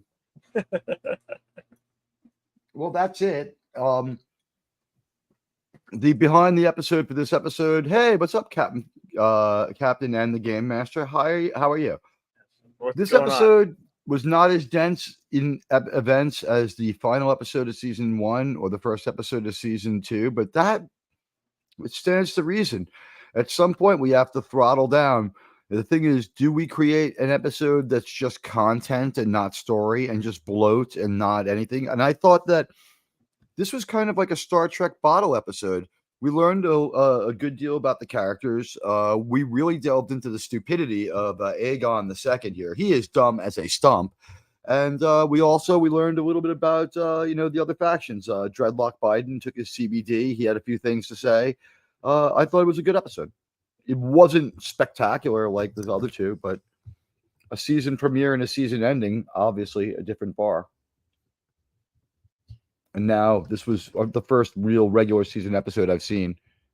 The story was interesting enough for me to care without people needing to be fighting dragons the whole time. But that said, if we go to war next week and get a bunch of spectacle, I'm going to enjoy that. Oh, they didn't even have They didn't even have a name for this episode. They just called it episode 2. They didn't. I guess it will have a name after the fact. Here's the thing. It's already lived up to the name episode 2. It comes between episode 1 and episode 3. It did everything in episode 2 needs to do, connecting the first and third episode. It's the Holy Hand Grenade of Antioch. It's episode 2. No, 5. You know what? One thing I want to point out they should get special credit for. Peter Jackson himself said this when he had to show the people of Rohan like fleeing and into Helm's Deep. He says it's so hard, to do peasants, to do medieval peasants. It's just you can only have so many looks, and if you try to go a bit too far a few places, it's like bring out your dead. It becomes laughable quite easily. And in this episode, we had like hundreds of medieval peasants, and like Peter Jackson's assertion is correct. The law of Peter Jackson, medieval peasants are hard to do. Look at how well they did it. Everybody had some personality to their wardrobe. They were well costumed. I felt like I was watching a funeral in their world. It kind of felt like the funeral for like a head of state. You know what I mean? They were able to give it a feeling of reality. And it wasn't just these brown clad peasants, rolling around in the mud. They had some of the people in that town had some money. They had some nice clothes. There seemed to be several different income levels in town. Like, to look at that crowd, they were logical. Yes, Josh. The realms are taking sides, and they should have shown moving towards war. Well, they were getting there slowly but surely. I don't think we can go to war all out until we hit mid or end of season, because that's going to be a lot of spectacle. And if I'm guessing right, and it's about spending the money properly and not having no money left to finish your season, what they're going to do here is we're going to show the intrigue and some of the failed attempts to avert this war. Because I got a funny feeling Dreadlock Biden doesn't want this, don't you? Like, Dreadlock Biden does not want this. He's got a navy. King's Landing trades with everybody else. I It don't seems know. like the economy would be hurt by this. Dreadlock Biden's the one with the most to lose if everyone goes to war. Well, he has the biggest navy and biggest amount of ships, so. Just say, doesn't that by implication mean that he has some degree of wealth because he has that, the seafaring, Yeah. the bounties of the sea. He can trade Well, by sea. There's other cities that have big fleet of ships as well. But he's king shit of navies. Supposedly, yeah. Up until this point. Admiral Dreadlock Biden is pretty badass. And he just kind of shows up in the episode just long enough to let you know what he's doing. The focus isn't deeply on Dreadlock Biden. Did you hear? I think we probably have sidestepped some action. Go ahead, Bill. Did you hear the Wokalite has dropped again in audience score? It's down to 13%. Single digits yet? It's got to make it. Guys, let's get this to single digits. Well, I think everybody's trying to get it below, but I don't think it, like others have stated, that it won't ever. They're going to embargo the reviews. They're going to embargo reviews. The jury's in. There's 100,000 reviews. Almost all of them are horrible. The good ones sound like they were written by an AI. Did Renea already make a call out for the dragon seeds? No. Not to my knowledge, Josh. Actually, in episode 1, we talked about how we had some dragons in the pipeline. Prince King Aegon II has dragons in the pipeline. That's why they're hoarding sheep, which is causing some problems in his kingdom.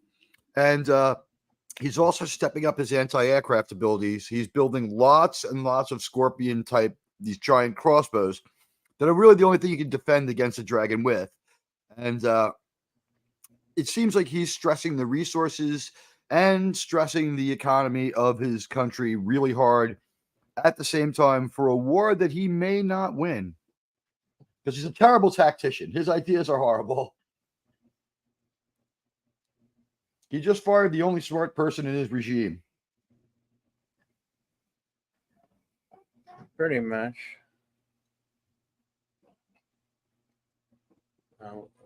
If I was the hand of the king, I'd just go to Dreadlock Biden and be like, King Aegon's an idiot. I used to work for him. How would you like to hire an advisor? I'm a freelance political advisor.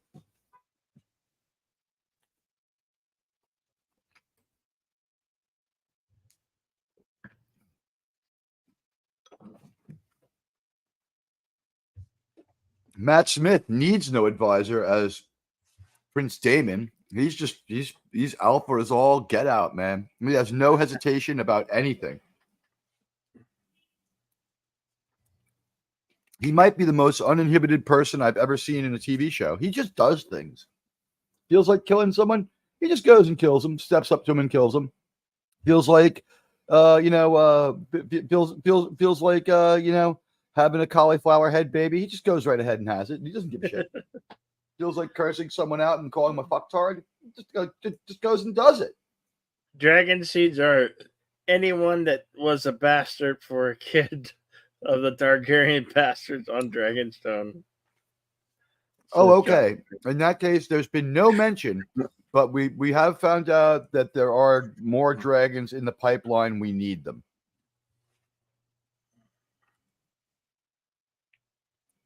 And hello, Captain N. And ACACC says thoughts. We're kind of giving them now. The documentary about what they did in the episode was pretty edifying. What they basically did is, in Star Wars and the MCU, the next day you get these internet leaks. They're like 13 reasons why you're a fucking idiot for thinking the show sucks. And what they did was they didn't bother dispensing it that way. They had their writers sit down and kind of unfold it. Last week, when they were unfolding a season premiere, they sounded like, a lot more literate. This week, unpacking just one episode, one or two statements by the female writer, had me questioning what she was talking about. Like, she attributed traits to the Hand of the King that I didn't see him having, right? Where she was like, talking about him as like how he's forced to be cold and calculating. I was like, no, this guy's nature is to calculate, man. He's been through 3 kings. This is like old hat to him. He's getting ready to coup out this idiot for a less unfriendly king, to be honest. Yeah. I still don't think he's out of this game. I think that he could easily coup that king out. That king is super unpopular in his kingdom. Like I said, he's stressing the resources. He's acting weak publicly. He's now being cruel. His nickname is like Aegon the Weak Jackass. Like, his people hate him. Yep. Pretty much. Going into this conflict, I'm Team Rhaenyra. I'm with Matt Smith's faction. I want them to win. I want them to destroy every single person in the other faction. I kind of hate them, except that hot woman. Well, Damien might be fashioning his own fashion. Who knows? But I don't know. Will he stay loyal to Rhaenyra? Who knows? He made a point of saying that he's been loyal to her all this time. Yeah. I don't know if he's saying that's my true north, or if he's saying, it doesn't have to be as nice as it's been. Yeah, he could well been saying that. You never know.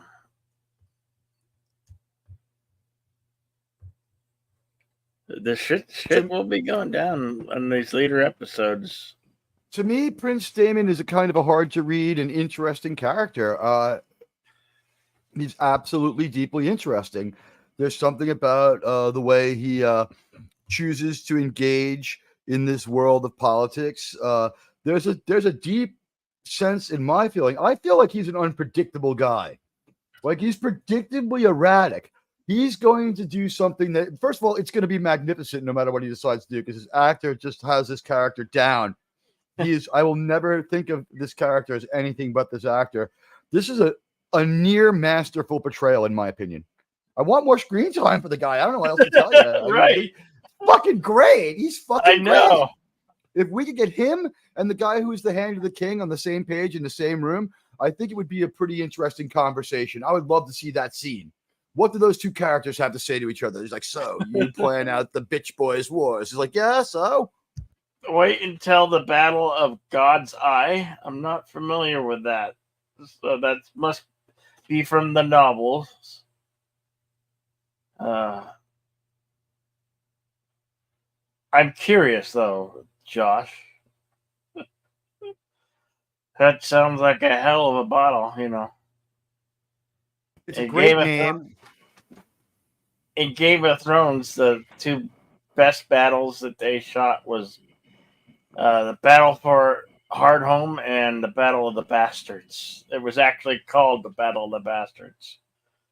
I could never get tired of watching that episode. The Battle of the Bastards. Not unlike after the show when Outlaw Bill and I have a heated disagreement about how the show should go, right? Like, 2 horrible people. These 2 horrible men deserve each other, ladies and gentlemen. It's the Istophobe and the Angry Guy. Welcome to Istophobe and the Angry Guy. My istophobic take on this was that we had a diverse cast of strong women. It was, I forgot, says Josh Street. It was the battle above the God's Eye. It's getting more and more interesting. You know what? Please come back for our next show, Josh. You right. have the lore, and our style has sort of been like, if we work hard and research this, we'll destroy the value of the show, because then we would become educated, and that's not we're the poorly educated, Bill and I, and we love having you guys be part of the conversation. So if you want to come in here and correct things between the book and the show, you want to weigh in on how the show's going. This is a descriptive watch party. We talk a little bit during the show. We react. Reaction is a part of the descriptive words. We hope you enjoyed it. We hope you were able to, hit those like and follow buttons for both of us. And we've enjoyed being your hosts. And I can't wait for the next episode of Hot D. I guess the next time Outlaw Bill and I will be together again will be for the asshole light. Oh, God. You know what? Leslie Headland's so dumb, she thinks an Acco Light has less calories. That show sucks. We will be back to watch a terrible show. A terrible, terrible, terrible show. And I gotta say, I will say Damon and Eamon will have fun. Ooh. As long as Matt Smith's guy, I hope this story centers around the Matt Smith. I hope we don't time jump ahead more. I like him being the dangerous badass that he is in this show. I think that he's really, like, the way he shows his power, the way he shows his dangerousness. It's very enjoyable. He's an enjoyable character. He's a lot of fun. Yeah. His performance is enthusiastic. In this day where words like soy get thrown around and words like anemic, hello, radioactive, it's good to see you. We just watched the latest episode of Hot D. This one was a little bit slower. It had to be. They had to turn off the fire hose of events. I got to be honest with you. I was glad that they just throttled it down a little bit, because if you look at shows where they don't want to throttle it down, shows like The Asshole Light, look at what you get. They never slowed down in that story. So what is it? It's an overwhelming mess. It's a mess. We don't see things on Hot D like we see on The Asshole Light. In The Asshole Light, we find out that a good pair of scissors is a great way to get through life and create life. We find out that the Force is a thread, and everyone who ever said it was the Force was wrong. And we do this without any helpful music, without any kind of good sets. The sets they don't not look like Star Wars anymore. They don't look like Star Trek the way Book of Boba Fett did, but there is something going on with the sets. Either it's the volume and the person is only okay at using it, or it's the fact that they dress and costume people so poorly. They cannot get costuming right. And on this show, where it should have been a higher bar and a bigger reach for costumes, people pretty much look great. I love Matt Smith's primary costume with the velvet outfit with the Mandarin collar. He looks dangerous. He looks dangerous. The only person whose outfit sucks is Dreadlock Biden. He's just kind of like walks around like a shirtless hermit. Why is Dreadlock Biden the only king who feels the need to walk around shirtless, even though he's like 80 years old? That part, I didn't get that. I mean, we didn't see much of him this week. All we know is he where the white women at. He's got a white wife, and they seem to be cool with each other. He's got the one marriage in Westeros that isn't troubled. No. His marriage is not troubled. He's not a dick to his wife. Until politics and war come into play, then there might be some politics and war may take people he loves from him, but I don't think in his circle of people, and I could still be wrong, but in his circle of people, it doesn't really feel like there's a lot of treachery. His wife does not seem treacherous. I wonder, says Josh Street, if they'll have Daemon leading the black forces in the Riverland where he is right now in the show's timeline.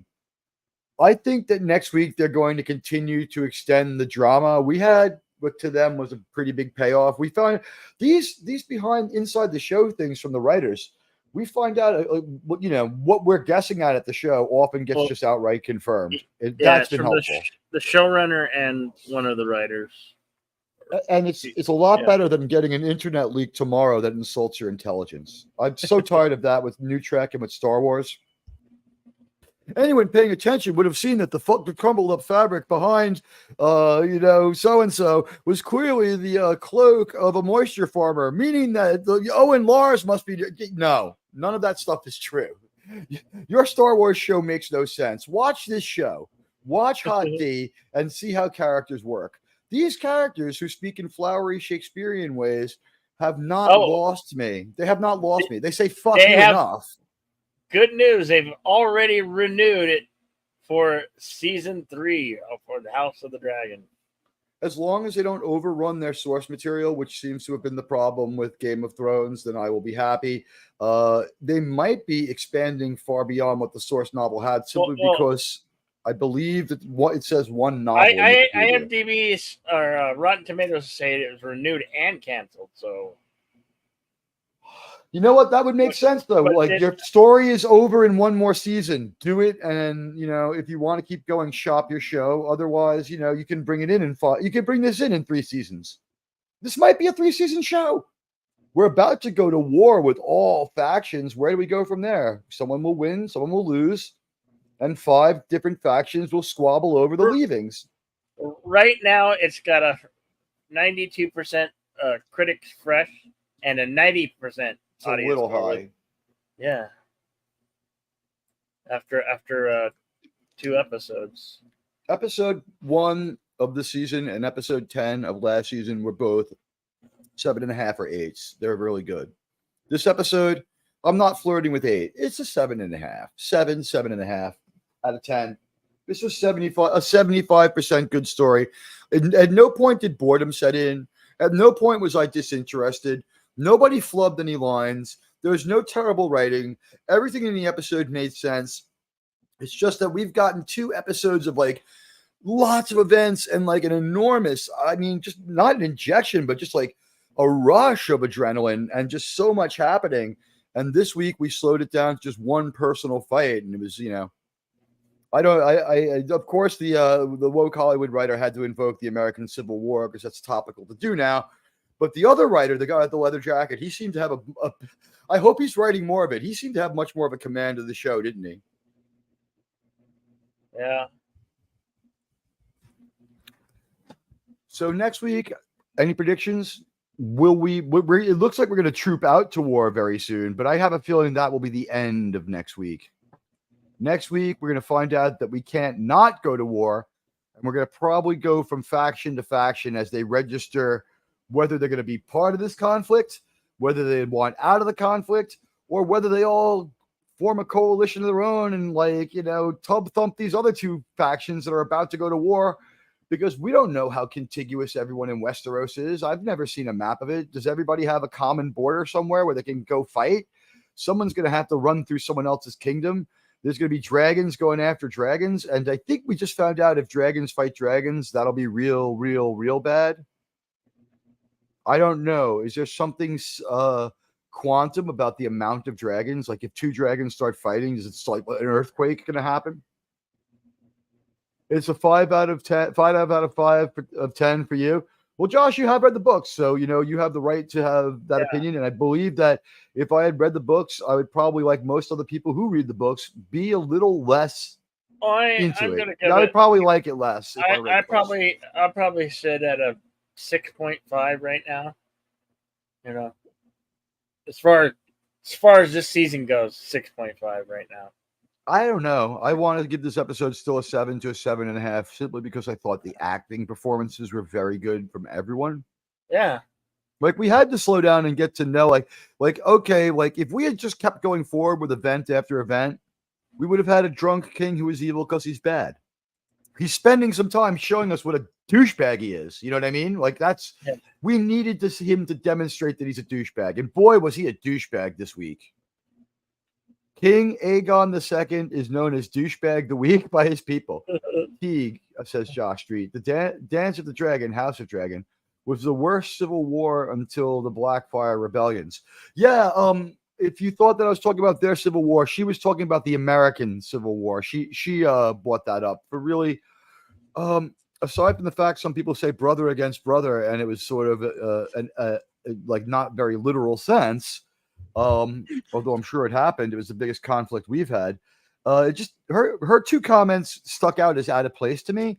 The one where she mentioned the American Civil War, when we could have talked about how these 2 brothers are dueling and how, one of them has taken on the uniform of the other's order to subvert that order's mission. And that was the story of this episode, according to the other writer. And she seemed on board with that, but her thoughts on it were a little more scattered than than the guy in the leather jacket who was just like elaborating things. The other comment she made that had me scratching my head, and Outlaw, I guess you feel the same way, was when she said he's forced to be cold and calculating. I was like, no, this guy like wakes up in the morning and like sticks his finger into hot water and freezes it. He's got ice water in his blood. He is calculating. It's his job. He likes it. He's good at it, or he would never have been the hand of the king or survived 2 handoffs of power until now. And the fact he walked out of the situation alive.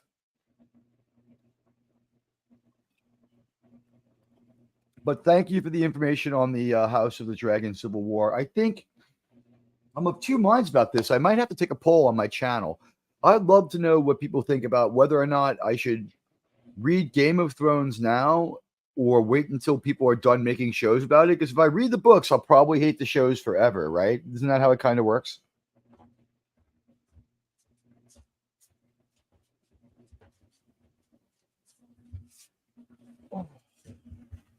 This is Admiral Teague to Jedi Bill. Over.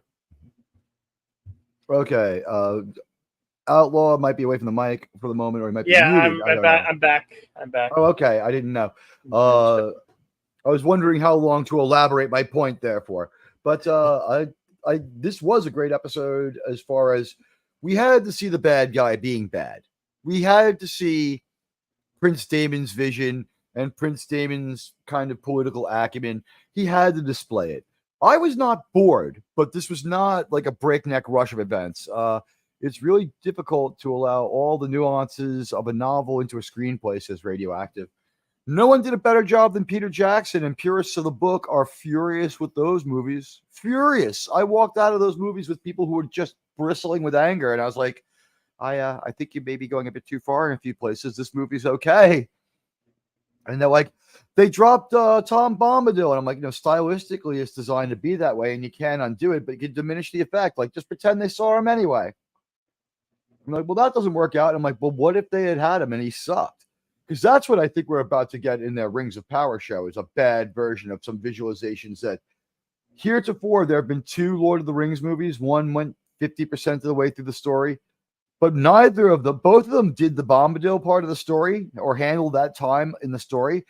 Both Ralph Bakshi and Peter Jackson decided not to address Bombadil at all.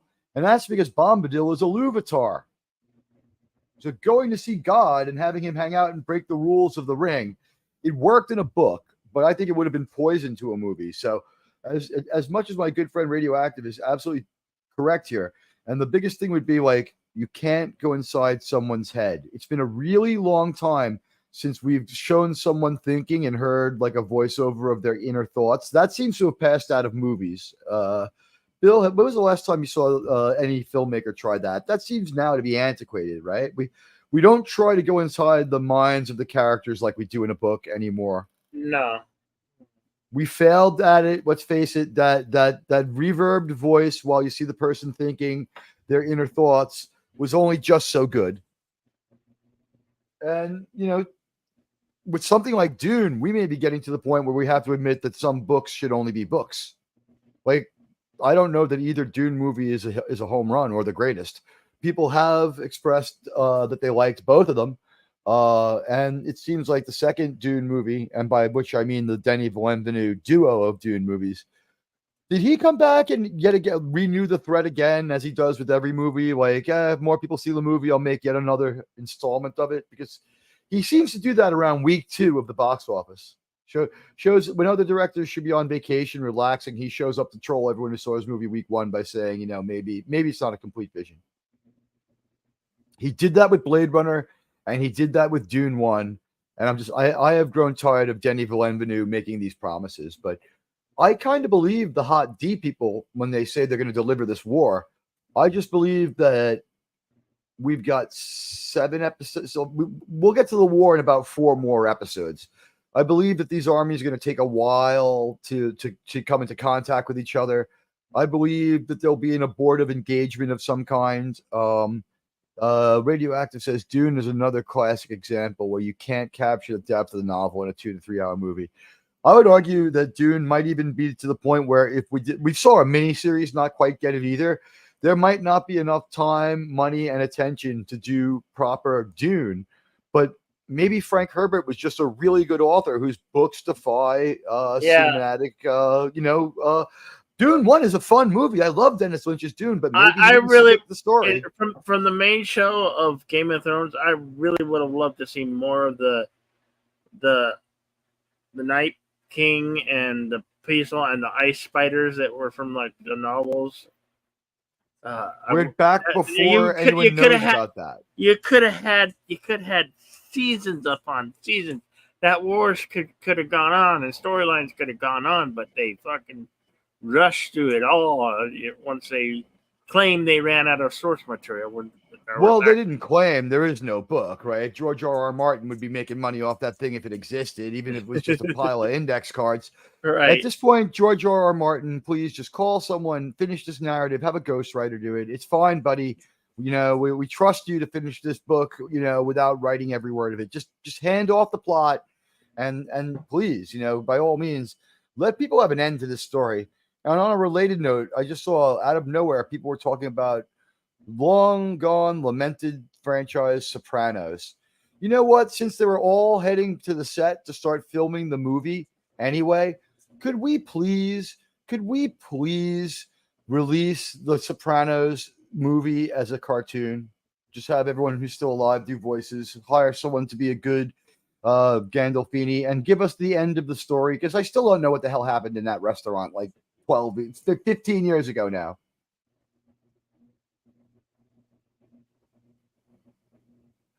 But I guess that brings us to the end of another Hot D. I guess, what do you think, Outlaw Bill? Anything left to add aside from maybe what we think we'll see next week?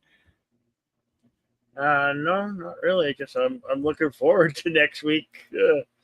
Unlike the other shows we watch, I am looking forward to the next episode of this one. I am really glad that you all chose to join us. Thanks to the nearly 300 fucking people who came through my stream. Jesus Christ. Thanks a lot, guys.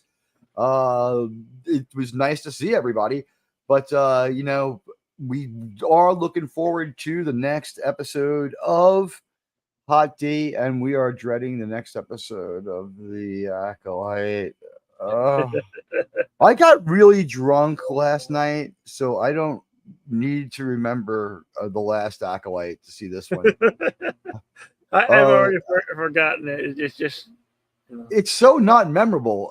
It's kind of watching the train wreck. It's like it's true content. Cool. It's hamburger. I think I described it as hamburger helper with no hamburger. Alabama Hellbilly. My friend says, as for George R.R. Martin, I'm still waiting for a wild card live action adaptation.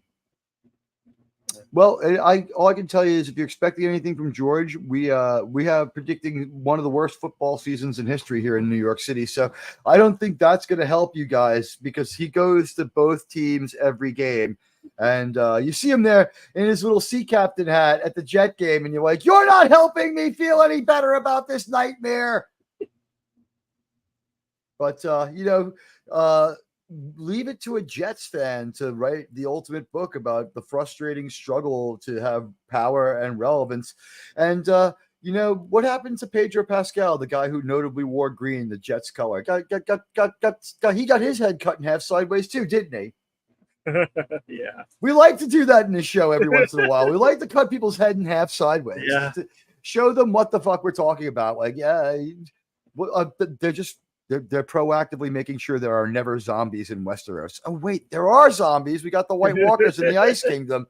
You know what? You squish them now. I'm doing my part, right? Jedi Bill, Outlaw Bill, you're doing your part? Yeah.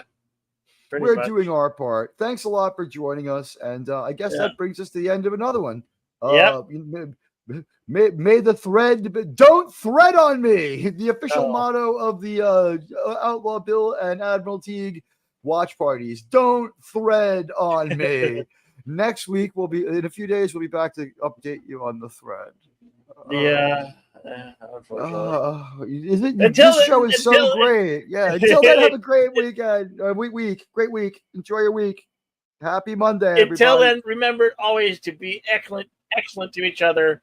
And party on, and it's clobbering time. Be egg salad to each other, guys. We love you all. Bye. Excelsior.